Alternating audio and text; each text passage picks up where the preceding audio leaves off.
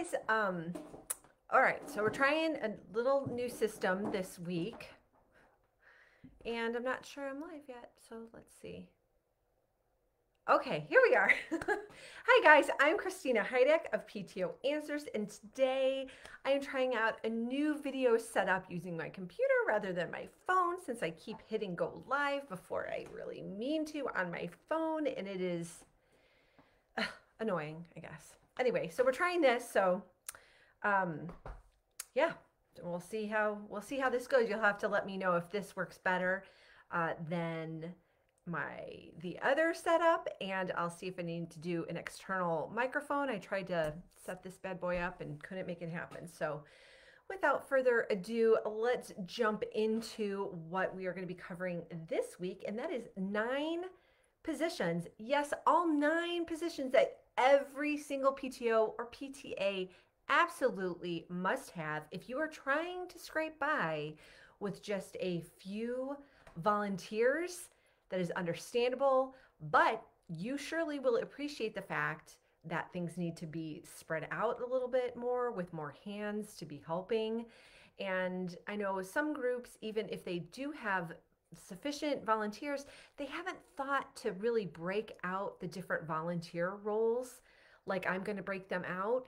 And too much responsibility is placed on too few people. And when that happens, your volunteers they're unhappy because they're doing too much, and they could be like get burnt out more easily, and it's just not a good situation. So you want to make sure that you have these 9 different positions filled. Like, just try and do it. I know sometimes it's not possible. One of my own PTAs, we don't have 9 different volunteers, believe it or not, especially not this year when we weren't able to see anybody or recruit new parents to get involved. But we certainly recognize the need for each of these positions at a minimum.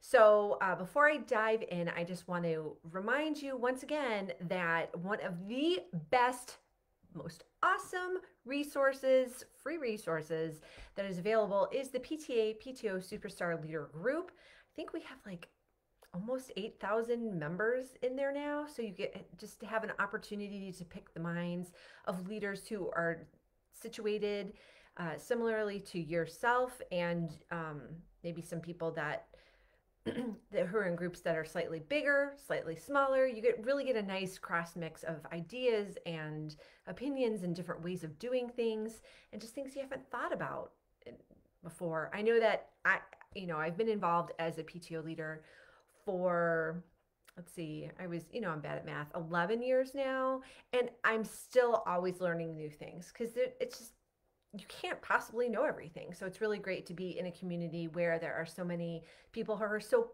passionate about this topic and are like PTO nerds just like you.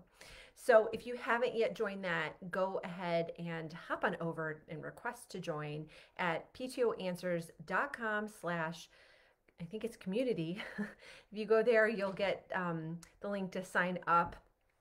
So make sure you do that so that you can be a part of our fabulous community. Okay, so let's dive into the topic.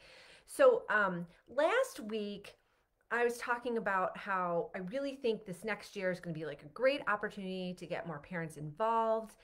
And so this week, I kind of wanted to follow up with like how to get them involved, right? So different ways that will not only give them a purpose, but also help your PTO not, like especially your PTO leaders, not be overwhelmed. Because like I said a couple minutes ago, if you are trying to combine positions or responsibilities, you might find that it's too much. I know that sometimes when I am maybe like if I'm president of a group and there's a missing, like we haven't fully filled out the board, that extra responsibility falls to the president.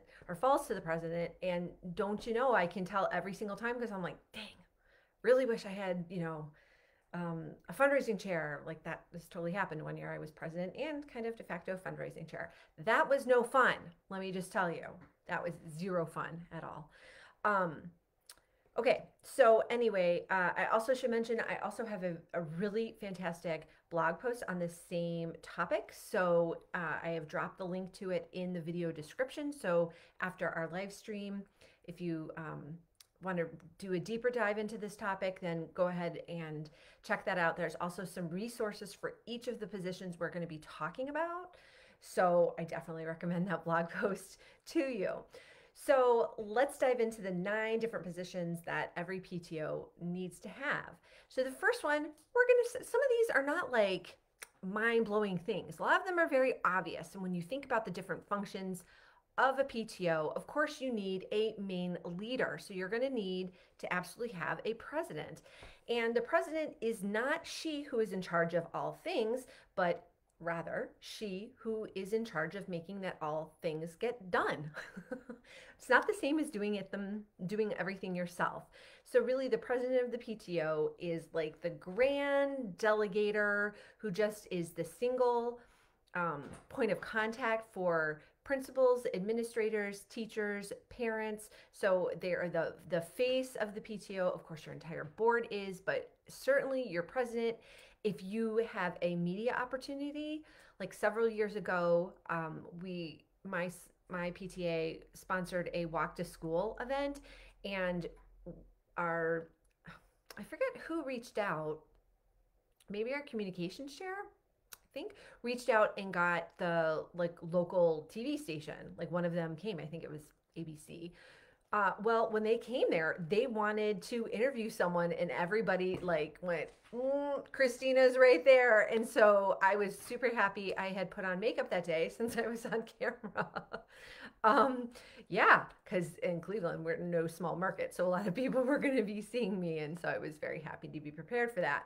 So, along with being the delegator in chief, you are also the presidents. They're not the main decision makers, really.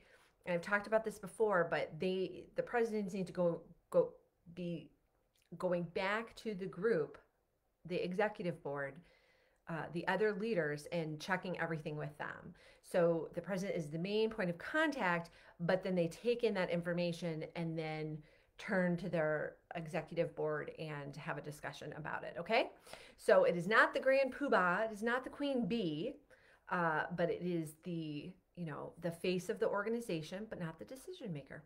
So okay, so usually the next most prominent position that every group certainly needs to have is a treasurer, because after all, you need someone to manage your money, right? And that person, this is one of the things, like some of these roles can be combined with one another.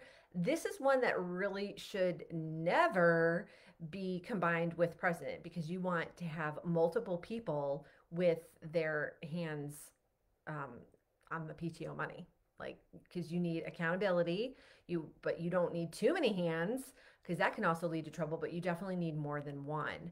So in most cases, it is going to be treasurer and then the president, who have signing authority and who have access to the bank records and stuff like that.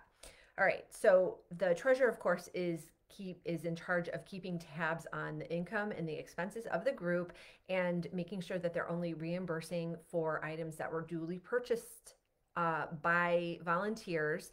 And you can tell if something was duly purchased if it was accounted for in the budget, or it was approved at a meeting, right? Because the members need to be approving where all the money goes. It shouldn't be individual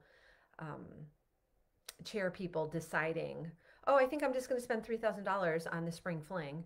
Well, no, that's probably not a good idea. So the treasurer needs to make sure that everybody's sticking to the budget.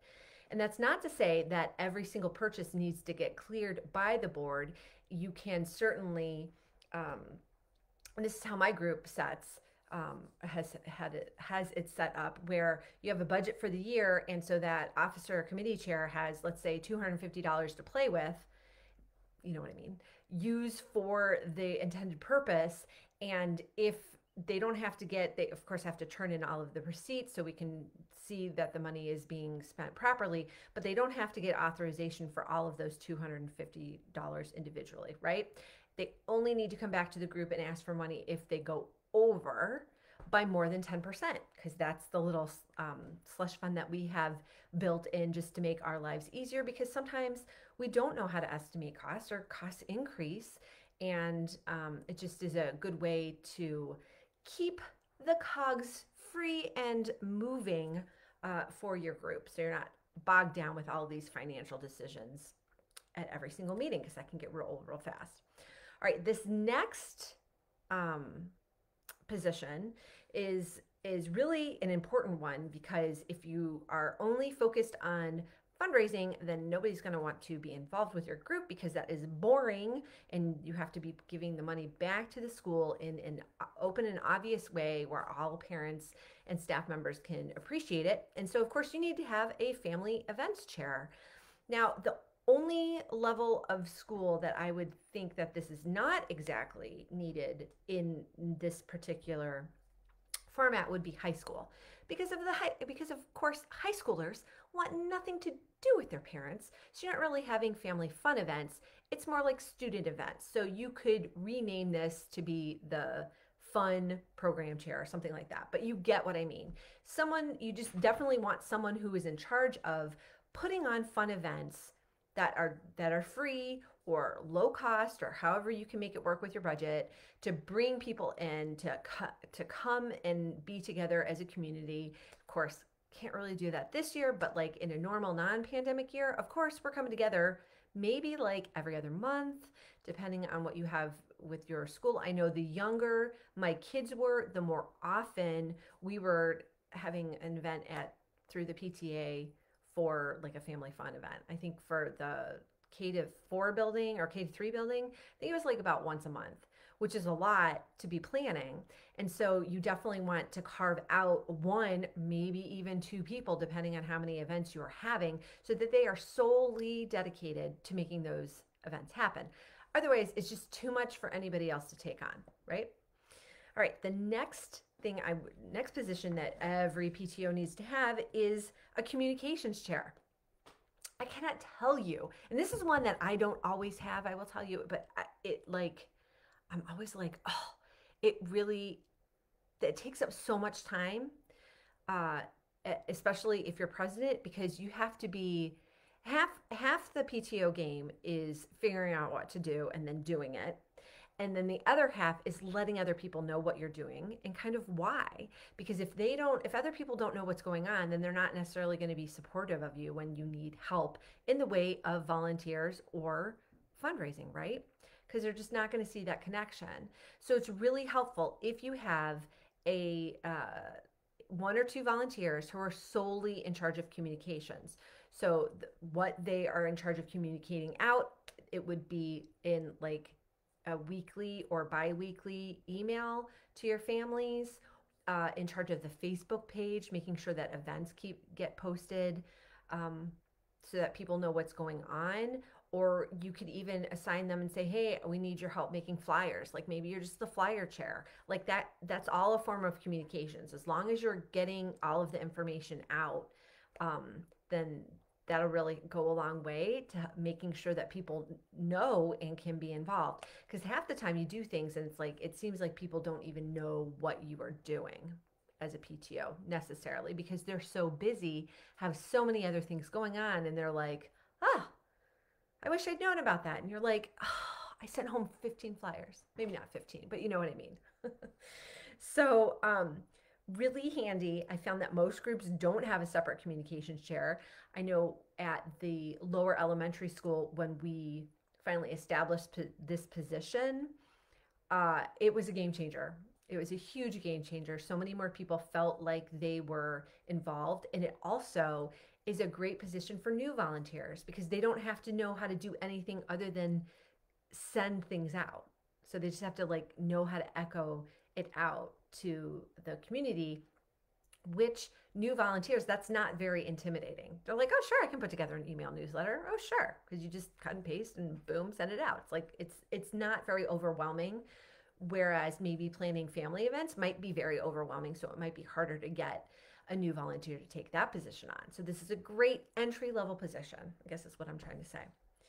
So the next position that every group needs to have, and again, we talked about this, I think 2 weeks ago, is a nominating chair. So, or nominating committee chair. So you should definitely have somebody who's designated and in charge of looking for new volunteers for the upcoming year, so that you're not, I think it's, I've seen other people or some people in the PTA PTO Superstar Leader group mention that they like literally pass around a sign up sheet and people just write their names down for what they want to do. And that is certainly one way to do it. But I think, and it works if everybody plays well together. But if you have somebody that is a total pain in the patootie, and like either they don't play nicely with other people, or they um like think they can do things but they don't, or they don't follow through, like maybe they're just not well suited for that position, you want to have, you just don't want to be in that position, because then it's really hard to if everyone's just opting in and they're doing the self opting in, then it can be kind of awkward if you're like, Susan really should not be in charge of that because she kind of like does not have her crap together and never follows through, and we don't want her in charge of um, trunk or treat this year or whatever.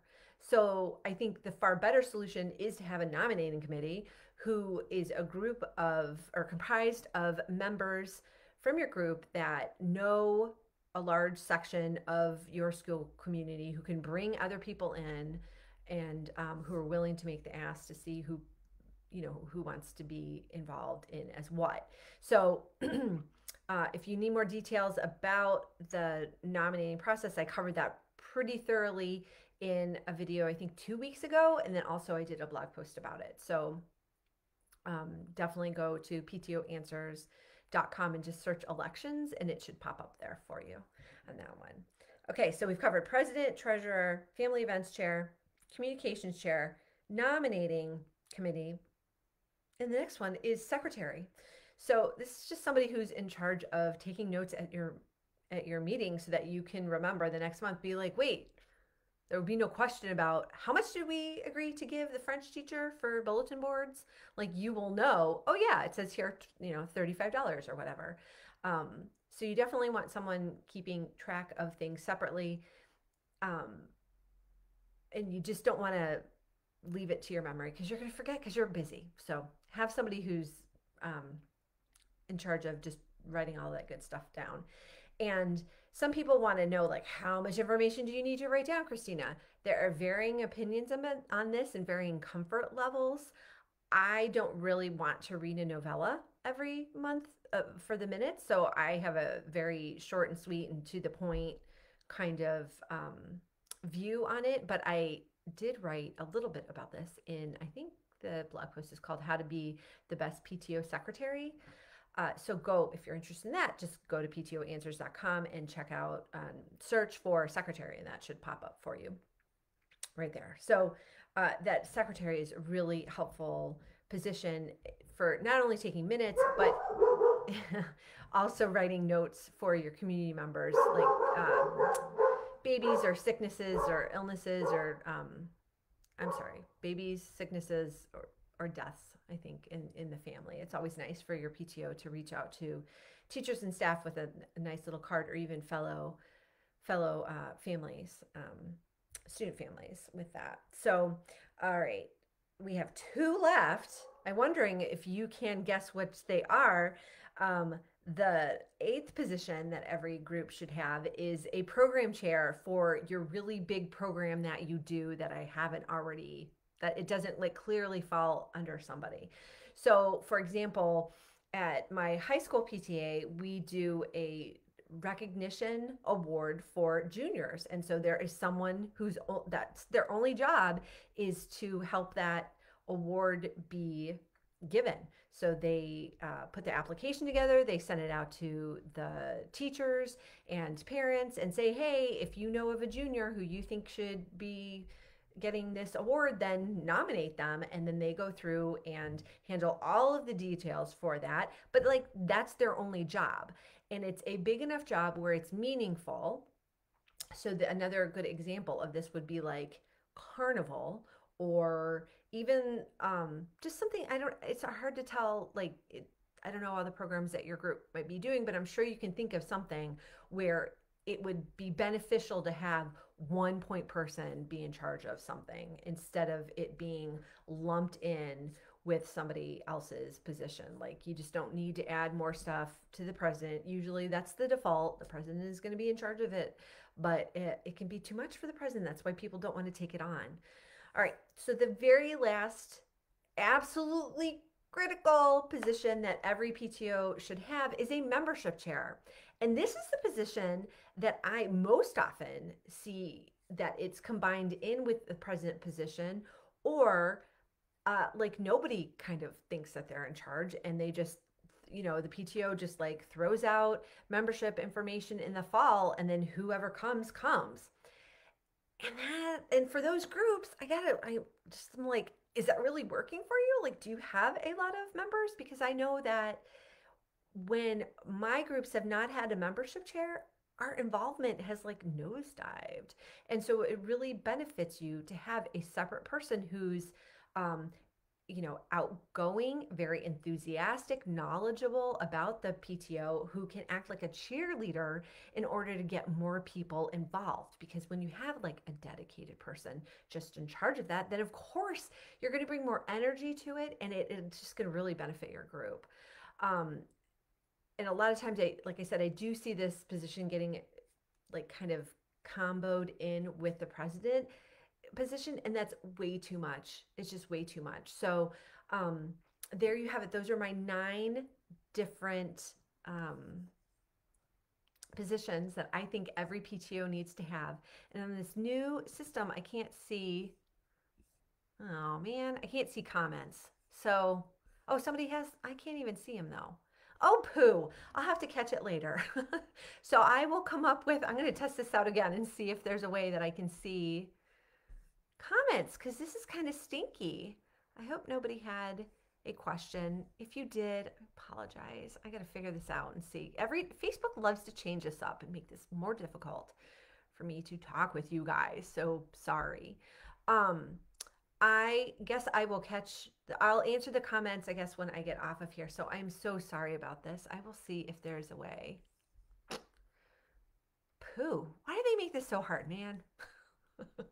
Okay, anyway, I hope this video was super helpful for you. It is one of my kind of preachy posts, or preachy topics, I guess, because I feel so strongly that your group can really benefit from having these different positions, like having different people fill these positions. Because of course it's one thing just to say, here's my wish list of everything I would like for my PTO. It's quite another thing to get actually people like in those positions. But I guarantee you, when you have all of these different positions with fantastic volunteers, that's when you're really going to be seeing a difference in your group, in the ability of like what you can do. People will not get as burnt out. They will just be more enthusiastic. It's just easier because, light hands make for less work. I forget what that saying is, but you know what I'm talking about, right? So I hope this has been super helpful for you, and I hope this new format is also okay for you. So let me know in the comments either way, and I hope you will join me next week. Let me look at my notes to see what we're going to be talking about. Ooh, this is another good one. How to be the very best PTO membership chair. Because again, this is like such a crucial role to be having and to do the right way. So we're going to talk all about that next week at 1 p.m. Eastern time. So I hope you will join me then. And until then, you have a great week, and I will talk to you later. Bye-bye.